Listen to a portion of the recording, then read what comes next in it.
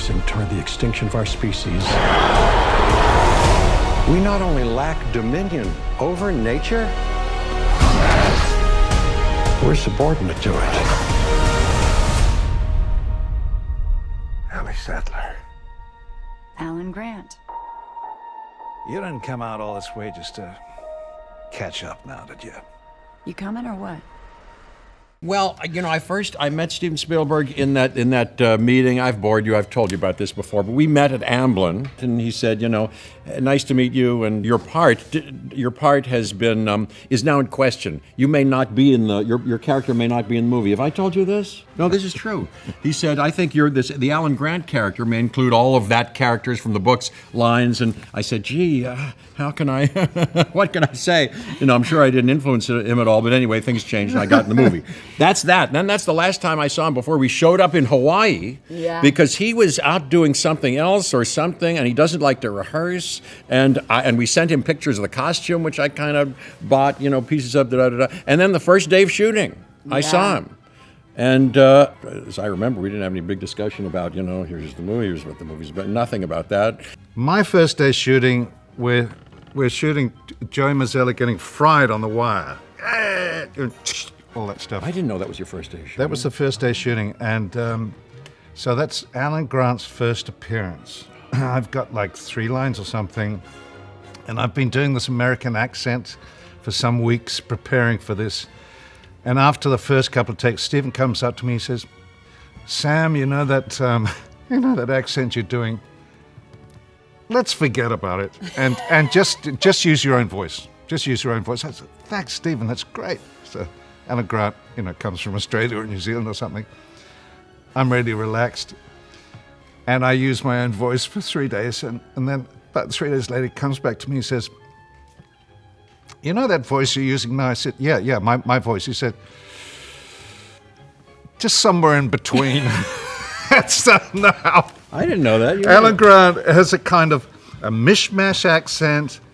And the way I rationalize it is he's not really American. Well, he's American, but he's spent some time in Australia. That's so interesting. I wanted to ask, wasn't our first day together with Sir Richard when we're at the pin and we see the empty, when they've lowered the goat down and they bring it back up, wasn't that our first day as a group? Lower the cow. Lower the cow. That's our first day. That's our first day. Was it? Yeah, that's my favorite memory. Our first day, all of us together, because we had rehearsed or worked on some rewriting or writing of it, scenes to sort of establish our relationship. Right. Remember? Yeah.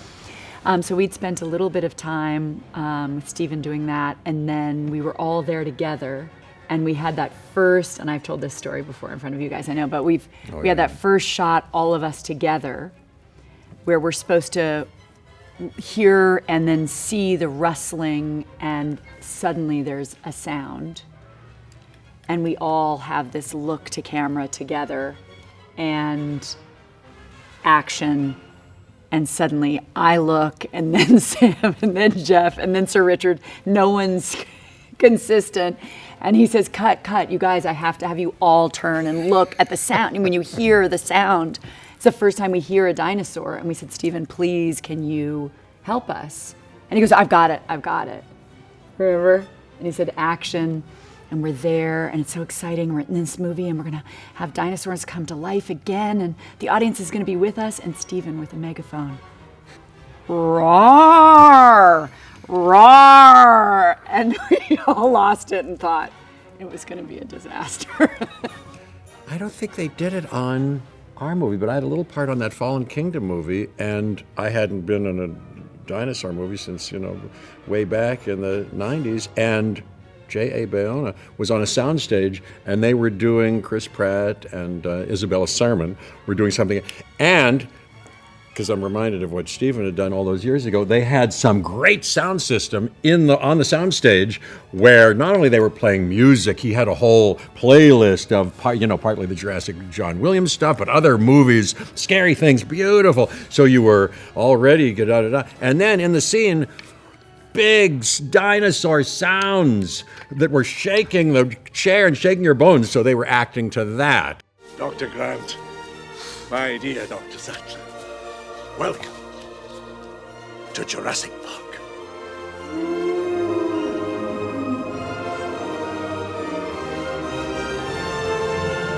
Well, I'm proud to say, not only did we not know what people would, feel about the film, but we certainly had no idea what the film was or what we were looking at or what it would sound or look like, and we mostly were looking at an X up in a tree and hearing Stephen make a dinosaur A lot of it was A lot of it. CGI, but some But was the Stan puppets, Winston. Stan Winston, who won an Oscar for that. And the raptors were terrifying. Those were all made beautifully, and of course the Triceratops. That was fantastic. It was right there, and the puppeteers were off. Couldn't even see them. They were in some underneath something. So you came upon this thing on the set, and it was breathing and blinking, and it was weepy crazy. and sweet. Yeah. Yeah. It was And beautiful. the whole pile of dung was steaming. But what did they use for that, actually? Dinosaur poop. No. None of us could know maybe this, not this would dinosaur, it be was poop. so iconic that we'd be here in 30 years. No, you couldn't have predicted that, not for a moment. But the Michael Crichton book was popular and kind of fantastic, and Steven Spielberg, was knows how to make movies. But the big breakthrough was the Dennis Muren was the CGI stuff. Incredible. They signed up to do that book before they could do it. Steven had said to Kathleen Kennedy, as the story goes, I need these dinosaurs to be running. She said, well, I've talked to theme park people, and we can't do that. And things developed, and then Dennis Muren said, "Come here, I want to show you something." And for the first time ever, he said, "Watch this computer. Look what we kind of have fashioned." And apparently that day, Kathleen and everybody stood up and were like, by Jove, you've done it. This is incredible. It was like, people have said, it was like when sound first came into movie making. Yeah. And it has changed, and that was a day, and that movie, and we couldn't have known. No way. Would it would work, that CGI, that would have no one worked. knew what it was. Yeah. I was really moved by it. I think Stephen is such a master, and we were so fiercely committed to what they were all describing everyone together was going to create in combination, and particularly with this new venture of CGI and this VistaVision camera we'd never seen before, and giant laptops being kind of wheeled onto set so that we could sort of remember all of that. It was so crazy, but it felt honestly like a pioneered indie movie. That's absolutely right. It didn't feel like we were making a blockbuster, and so we knew our job was to keep it as, hopefully, as authentic and that we carried the awe of this experience, even though it was imagination that we were using, that, you hoped it would come together. But of course, Stan Winston's work was so awe-inspiring that helped us so much as well.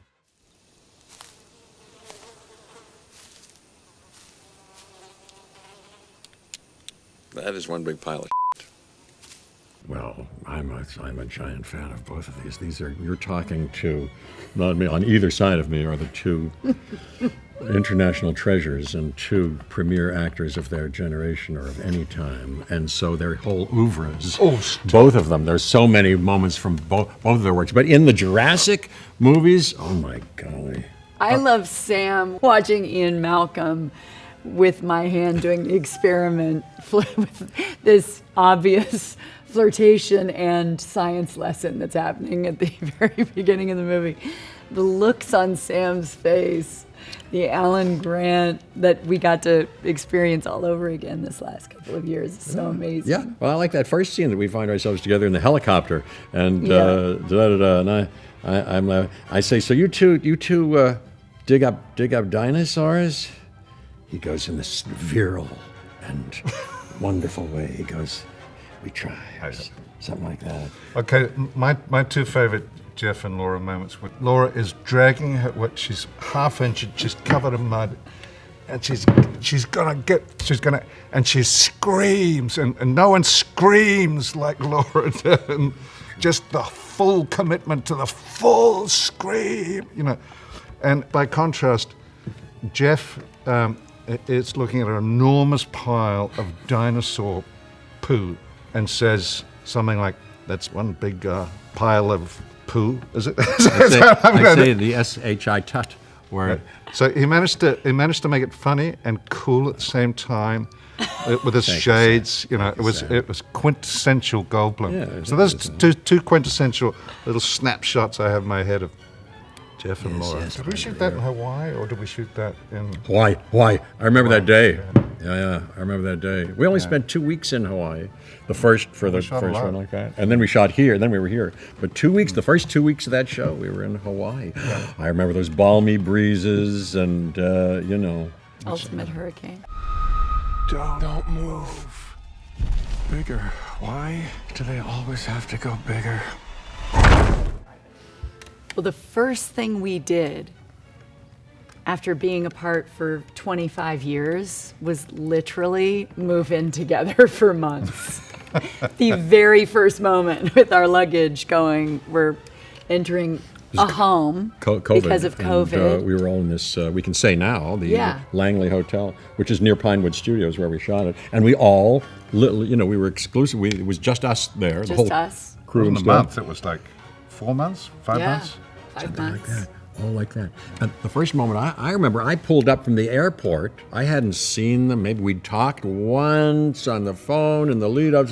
I pulled up with and they'd already gotten there a couple days before, a few days before, a week before. I pulled up and they had figured out when I was arriving, and it's a grand structure. They were on the kind of this balcony overlooking this driveway where I was pulling up, and they both were there to kind of greet me. It was kind of fantastic. And then the first thing we shot in this movie, if anybody has seen it or hasn't seen it yet, is when the three of us are in a vehicle. I'm driving, and I won't tell you what happens or if you've seen it, but we have this big scene. It was the first thing we did all together. We had to improvise a little bit and da-da-da. Mm-hmm. Start the engine.